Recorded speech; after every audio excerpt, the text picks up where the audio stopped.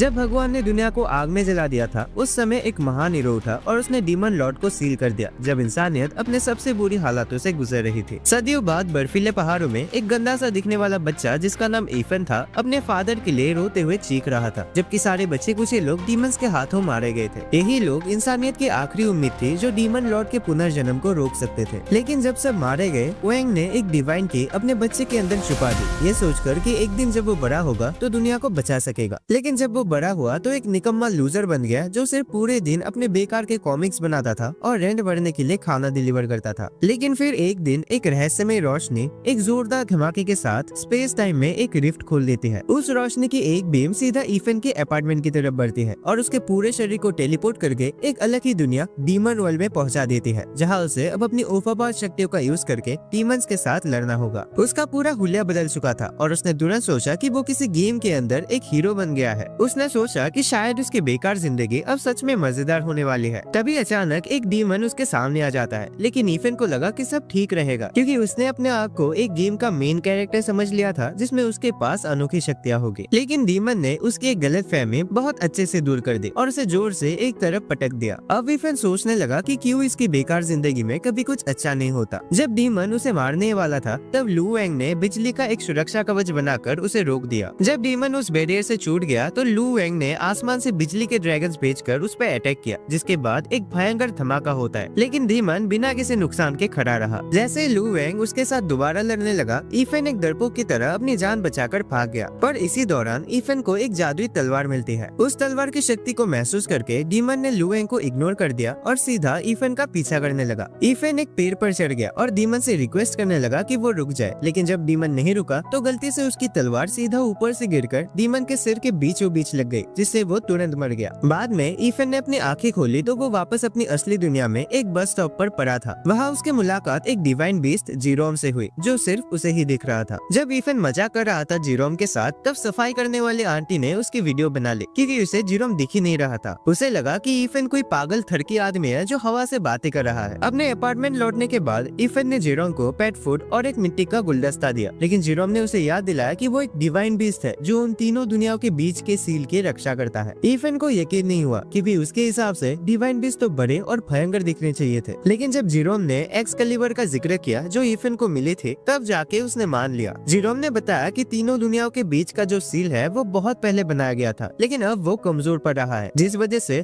ज्यादा demons rift के जरिए दुनियाओं के बीच आने लगे थे। ये रिफ्ट्स किसी दुनिया के अंदर की अनस्टेबल एनर्जी की वजह से बनती थी। जीरोम ने बताया कि ईफन भगवान के द्वारा चुना गया एक लड़का है क्योंकि वो डीमंस और डिवाइन बीस्ट दोनों को देख सकता है। इसका मतलब है कि सिर्फ वो ही अपनी शक्तियों का इस्तेमाल करके डीमन जाति को खत्म कर सकता है और दुनिया को बचा सकता है। लेकिन ईफन के पास सिर्फ एक चॉइस है, या तो वो अपनी बेकार जिंदगी जीता रह सकता है जिसमें उसे दिन रात अपने मालिक से गाली पड़ती है क्योंकि वो किराया नहीं दे पाता, या फिर वो अपनी इस नई किस्मत को एक्सेप्ट कर सकता है। जब वो पैसे कमाने के लिए बाहर जाने वाला था तब उसके फोन पर चूजन वंस के लिए बनाया गया एक सिस्टम इंस्टॉल हो जाता है। इस सिस्टम में वो सभी रूल्स दे गए थे जो उसे चूजन वन बने रहने के लिए फॉलो करने थे, लेकिन अपनी प्रो लेवल बेवकूफी दिखाते हुए ईफन ने उन्हें बिना पढ़े ही इग्नोर कर दिया। इसी बीच लू वेंग जो एक चूजन वन था और सिस्टम का पार्ट वे, वो ईफन के शहर आता है क्योंकि सिटी ऑफ लीजेंड्स मिंगशन यूनिवर्सिटी के नीचे छुपी थी। सिस्टम में दूसरे चूजन वंस उस बंदे के बारे में बात कर रहे थे जो एक 3 स्टार डीमन को हरा चुका था और उसका नया नाम नाइट स्वॉर्ड रख दिया गया था। लेकिन लू वेंग इस बात से गुस्सा और नफरत से भर गया था क्योंकि वो डीमन असल में उसका शिकार था, लेकिन ईफन ने उसे छीन लिया था और तो और उसने तो रिवॉर्ड तक नहीं उठाया। दूसरी तरफ ईफन अपने साइकिल पर शहर घूम रहा था और जीरोम उसके सर पे बैठा दुनिया देख रहा था। जीरोम हैरान था कि पिछले 500 सालों में इंसान कितनी तरक्की कर चुके थे, लेकिन अचानक ईफन ने साइकिल रोक दी और सीधा जमीन पर गिर गया। जीरोम उस पर गुस्सा हो जाता है क्योंकि वो भी उसके साथ गिर जाता है, पर ईफन एक जगह अटक गया था। ऐसा इसलिए क्योंकि उसने अपनी आंखों से एक स्पिरिचुअल बीस्ट देख लिया था। ईफन ने जीरोम से उस स्पिरिचुअल बीस्ट के बारे में पूछा, पर जीरोम ने बताया कि ये सबसे ज्यादा बेवकूफ प्राणी है जो स्पिरिचुअल क्रिएचर्स की दुनिया में पाए जाते हैं। तभी एक और बीस्ट आकर उसके साइकिल पर गिर गया। ईफन उसे हाथ लगाने वाला था, पर जीरोम ने उसे तुरंत रोका और कहा, अबे ओए पागल, उसे मत छू, ये जहरीला है। जैसे ईफन रुका वो क्रिएचर वहाँ से चला गया। बाद में एक फूड डिलीवरी कंप्लीट करने के बाद ईफन ने एक बूढ़ी औरत को रास्ता पार करने में मदद की। फिर जब एक लड़की पानी में फिसल गई तो उसने उसे गिरने से बचा लिया, लेकिन वो जोर जोर से चिल्लाने लगी तो ईफन ने बिना सोचे समझे अपनी लॉलीपॉप उसके मुंह में डाल दी ताकि वो चुप हो जाए। इसी बीच चूजन वन सिस्टम में नाइट स्वॉर्ड के बारे में बात कर रहे थे, पर तभी ईफन की नजर दो कछुओं पर पड़ी जो रास्ता क्रॉस कर रहे थे। वो तुरंत तुरंत बीच रोड में खड़ा हो गया और पूरी ट्रैफिक रोक दी, सिर्फ उन दो कछुओं को सुरक्षित पार कराने के लिए। लेकिन जब लोग चिल्लाने लगे और उस पर गाली बरसाने लगे, तभी इफेन को समझ आया कि ये दोनों कछुए असल में स्पिरिचुअल बीस्ट हैं जो आम लोग नहीं देख सकते। दूसरी तरफ सिस्टम में सभी चूजन वंस उसकी बेवकूफी पर डिस्कस कर रहे थे। सबको डर था कि अगर इफेन ऐसे ही पागलों की तरह काम करता गया तो पूरी दुनिया को चूजन वंस के एग्जिस्टेंस के बारे में पता चल जाएगा। एक न्यूज चैनल ने रिपोर्ट किया कि इफेन एक अजीब लड़का है जो शायद से किसी बीमारी के कारण ऐसे पागलों की तरह बिहेव करता है। अथॉरिटीज ने यह भी तय किया कि उसे एक पागलों की डॉक्टर के पास भेजने की तैयारी की जाए। इसी वजह से सिस्टम ने सभी चूजन वंस को इन्फॉर्म किया कि नाइट स्वॉर्ड ने आम लोगों पर बुरा प्रभाव डाला है और चूजन वंस के कानून का उल्लंघन किया है, इसीलिए उसे गिरफ्तार करने का आदेश दिया गया। जब सब चूजन वंस को पता चला कि इफेन असल में नाइट स्वॉर्ड है तो सब झटके में आ जाते हैं। फिर इफेन को चूजन वंस के कोर्ट ले जाया जाता है। वह जजेस ने उसे सिस्टम के नियम याद दिलाए और उस पर चिल्लाया कि उसने सिर्फ आधे दिन में इतने सारे नियम तोड़ दिए। लेकिन इफेन को तो इसके बारे में कुछ पता ही नहीं था। उसको तो ये भी नहीं पता था कि सिस्टम में एक ऐप एग्जिस्ट करती है। जब उसने पहली बार सिस्टम को अपने फोन में चेक किया तो जजेस भी समझ गए कि ये चोमू सच में सिस्टम के बारे में नहीं जानता, इसीलिए उसे सिर्फ एक वार्निंग देकर छोड़ दिया जाता है। लेकिन अगर अगली बार उसने ऐसा कुछ किया तो उसके जी में डंडा घुसेड़ दिया जाएगा। जजेस ने फिर उसका रजिस्ट्रेशन फॉर्म चेक किया और झटके में आ गए जब उन्हें पता चला कि फॉर्मेशन प्रोटेक्टर डिवाइन बीस्ट उसका पेट है। लेकिन जब उन्होंने जीरोम को अपनी आंखों से देखा तो सभी लोग जोर जोर से हंसने लगे। जीरोम इफेन पर गुस्सा हो गया कि उसने उसकी असली पहचान सबको बता दी। जजेस एक दरवाजे के पीछे जाकर जोर जोर से हंसता रहा और इसी बेइज्जती से जीरोम इतना ज्यादा एम्बेरस महसूस करता है कि उसने इफेन की धुलाई कर दी। लेकिन जैसे ही जजेस वापस आए, जीरोम ने मारना बंद कर दिया। फिर उन्हें टेलीपोर्ट करके साउदर्न कॉन्टिनेंट भेज दिया गया जो एक दूसरी दुनिया थी। उधर जाके इफेन ने देखा कि और भी चूजन वंस वहाँ घूम रहे थे। जब कुछ चूजन वंस ने देखा कि इफेन वहाँ भी अपनी पागल हरकतें कर रहा है तो उन्होंने उसका नाम जोर से चिल्ला दिया। जैसे ही लोगों को पता चला कि ये वही बंदा है जिसने अपने पहले मिशन में एक 3 स्टार डीमन को हराया था तो सभी लोग उसकी तरफ अट्रैक्ट होने लगे। लेकिन तभी एक और चूजन वन आया और उसे एक घटिया इम्पोस्टर कह दिया। उस बंदे ने कहा कि इफेन सिर्फ अपनी किस्मत से जीता था और असलियत में वो एक लूजर है। फिर उसने इफेन को चैलेंज दिया कि अगर उसमें दम है तो जाके प्रोफेटिक जेड स्टोन को टच करे, जो चूजन वंस की असली पावर्स को 5 अलग लेवल्स में जज करते हैं। जीरोम नहीं चाहता था कि इफेन वहाँ जाए, लेकिन जब दूसरे चूजन वंस उसका मजाक बनाने लगे तो उसने गुस्से में आकर जेड स्टोन की तरफ जंप मार दिया। लेकिन जैसे ही उसने टच करना चाहा, वो एक बैरियर से टकरा गया और नीचे गिर गया। सभी लोग उसका मजाक उड़ाने लगे क्योंकि उसकी स्पिरिचुअल पावर्स इतनी कम थी कि वो पत्थर के पास भी नहीं जा सकता था। गुस्से में आके इफेन ने अपनी एक्सकैलिबर तलवार रैंडम तरीके से घुमानी शुरू कर दी और उसके झटके से जेड स्टोन क्रैक हो जाता है और उसके बैरियर के अंदर एंट्री हो जाती है। ये देखकर सभी लोग हक्का बक्का रह गए क्योंकि किसी ने आज तक बैरियर तोड़कर अंदर जाने वाले बंदे को नहीं देखा था। तभी जेन वहाँ आता है और इफेन ने डर के मारे अपनी एक्सकैलिबर फेंक दी क्योंकि उसे लगा कि उसने कुछ गलत कर दिया है। लेकिन जेन ने उसे बधाई दी क्योंकि उसने इतने सालों में पहली बार किसी को जेड स्टोन के बैरियर के अंदर जाते देखा था। उसने इफेन से कहा कि वो एक महान योद्धा बनने के लायक है। उसे एक मिशन मिला कि उसे मिंगशन यूनिवर्सिटी में हो रही पैरानॉर्मल एक्टिविटीज के इन्वेस्टिगेशन करनी है। वहाँ से एक लीजेंडरी तलवार का हिस्सा गायब हो गया था और कुछ चीजें अपने आप हिल रहे थे। जब वो वहाँ पहुँचता है तो जीरोम ने उसे डांटा कि वो अपना टाइम बर्बाद कर रहा है क्योंकि इस वक्त वो डीमन से लड़ने की जगह फालतू घूम रहा था। तभी इफेन ने अपने फोन पर उस लीजेंडरी तलवार की फोटो दिखाई जो 2 टुकड़ों में टूट चुकी थी और उसने कसम खाई कि वो इस पैरानॉर्मल एक्टिविटी का राज खोल कर रहेगा। जब उसने रात वाले उस धमाके के बारे में बताया तो जीरोम घबरा गया क्योंकि उसे लगा कि अब कोई बड़ा राज खुलने वाला है। लेकिन जब उसने देखा कि इफेन किसी और फालतू चीज के बारे में सोच रहा है तो उसने उम्मीद ही छोड़ दी कि इस लड़के से तो नहीं हो पाएगा। इसी बीच एक अजीब से आदमी ने उस छुड़ाई हुई तलवार को दोबारा जोड़ दिया और जैसे ही उसने ऐसा किया, यूनिवर्सिटी के आसपास एक रिफ्ट खुल गया। इफेन अचानक अपने दूसरे वर्जन में ट्रांसफॉर्म हो गया और एक छोटा सा केकरी जैसा डीमन उसके सामने आ जाता है। शुरू में वो छोटा और मासूम लग रहा था, लेकिन जैसे ही उस पर एक हरे रंग की रोशनी पड़ी वो बहुत बड़ा बन गया। अब वो डीमन पूरी तरह से पागल हो चुका था और उसने इफेन पर जानलेवा हमला कर दिया ताकि उसे एक ही झटके में कुचल सके। लेकिन इफेन अपने एक्सकैलिबर तलवार से उसका अटैक रोकता है और सिर्फ एक ही हमले से उसने डीमन का हाथ काट दिया। अब इफेन को लगने लगा कि वो आसानी से जीत सकता है, इसलिए उसने डीमन पर एकदम से हमला बोल दिया। लेकिन जैसे ही डीमन रोते हुए भागने लगा, इफेन ने उस पर ऊपर से अटैक करने के लिए जंप लगाया। लेकिन इस बार डीमन तैयार था और उसने अपने बड़े पंजे से इफेन का अटैक रोक दिया। इस टक्कर में एक्सकैलिबर भी टूट जाते हैं और डीमन ने अपने कटे हुए हाथ का इस्तेमाल करके इफेन को भी जोर से पटक दिया। इफेन मुसीबत में फंस गया। वो मुश्किल से उठने की कोशिश कर रहा था पर तभी डीमन ने अपने पंजे में उसे जकड़ लिया। जैसे ही वो इफेन को आधा तोड़ने वाला था तभी एक जबरदस्त हॉट शॉट मॉमी वहाँ आते हैं और अपने भयंकर ताकत से एक ही पल में उस डीमन का काम तमाम कर देते हैं। दूसरी तरफ इफेन के अपार्टमेंट में जीरोम गुस्से से भड़क रहा था कि इफेन फिर से कैसे बच बुझ गया। उसने एक बड़ा राज खोला कि जब ईफन पहली बार दूसरी दुनिया में गया था तो जीरोम चाहता था कि वो दीमन के हाथों मारा जाए। ऐसा इसलिए क्योंकि उसके मरने से तीसरी दुनिया और इस दुनिया के बीच का सील रिपेयर हो जाती। लेकिन जब ईफन पहली बार बच गया तो जीरोम ने जानबूझकर एक्सकैलिबर में छेड़छाड़ की ताकि अगली बार वो मर जाए, पर फिर भी वो बच गया और अब तलवार बिल्कुल 2 टुकड़ों में टूट चुकी थी। ये सब सोचकर जीरोम एक छोटे बच्चे की तरह चिल्लाने लगता है और जमीन पर पटक पटक कर रोने लगता है। तभी ईफन उसके पास आता है। जीरोम राहत महसूस करता है कि वो पागल उसकी बात नहीं सुन सका क्योंकि वो काफी बुरी तरह घायल हो गया था। ईफन बहुत ज्यादा उदास था और उसने जीरोम से कहा कि वो अब और डीमंस को नहीं मारेगा क्योंकि उसका मानना था कि दुनिया की रक्षा करने के और भी तरीके हो सकते हैं। पर यह तो एक बहाना था। असल में वो सिर्फ मरने से डर रहा था और जोर जोर से रोने लगता है और जीरोम को अपने बाहों में जकड़ लेता है। तभी जीरोम ने उसके रोते हुए चेहरे से कहा कि ये सब भगवान के द्वारा लिया गया एक छोटा सा परीक्षा था। ईफन ने उससे कहा कि अगर भगवान सच में है तो जाकर उस टूटी तलवार को ठीक करे। ये सुनकर जीरोम गुस्से से भर गया क्योंकि वो ऐसा नहीं कर सकता था। लेकिन तभी एक तेज हवा का झोंका आया जो सब कुछ जोर से हिलाने लगा और वही रहस्यमय हरी रोशनी जिसने उस केकरे डीमन को बड़ा कर दिया था उस तलवार को भी ठीक कर दिया। इसी वक्त लू वेंग भी मिंगशन यूनिवर्सिटी जाता है और उसके बदलर मैंग ने उसे बताया कि जो हरी रोशनी उस चोरी की गई महान तलवार से निकली थी उसने एक रिफ्ट खोल दिया था और संभावना थी कि यही रोशनी कल वाले धमाके का कारण बनी हो। ये जानकारी मिलने के बाद लू वेंग ने सोचा कि मिंगशन यूनिवर्सिटी के नीचे एक प्राचीन शहर होने की जो अफवाह थी वो झूठी नहीं थी और शायद वहाँ कुछ अंधेरा और गुप्त रहस्य छुपा हो सकता है। दूसरी तरफ ईफन के अपार्टमेंट में जीरोम सोचने लगा कि कोई बहुत ही शक्तिशाली आदमी ही एक्सकैलिबर को ठीक कर सकता था क्योंकि ये एक आम तलवार नहीं थी। लेकिन ईफन को लगा कि ये सिर्फ उसकी शानदार किस्मत थी जो तलवार ठीक हो गई और सोचने लगा कि शायद ये सब भगवान का एक परीक्षा था जिसमें उसकी पावर्स को टेस्ट किया जा रहा था। जीरोम ने सोचा कि ईफन हमेशा की तरह एक नंबर का बेवकूफ है, लेकिन कम से कम वो दोबारा रिफ्ट के अंदर जाकर डीमन से लड़ने के लिए तैयार था। अगली सुबह लू वेंग ने फैसला किया कि वो ईफन के शहर में शिफ्ट करेगा और उसके आदेश पर प्राचीन शहर के अवशेषों की खुदाई रोक दी गई। अब सभी लोग सिर्फ उस धमाके के कारण का पता लगाने पर ध्यान दे रहे थे जो 2 दिन पहले हुआ था। अपने फोन का इस्तेमाल करते हुए उन्हें पता चला कि ईफन ने एक और मिशन पूरा कर लिया था एक चूजन वन के साथ जिसे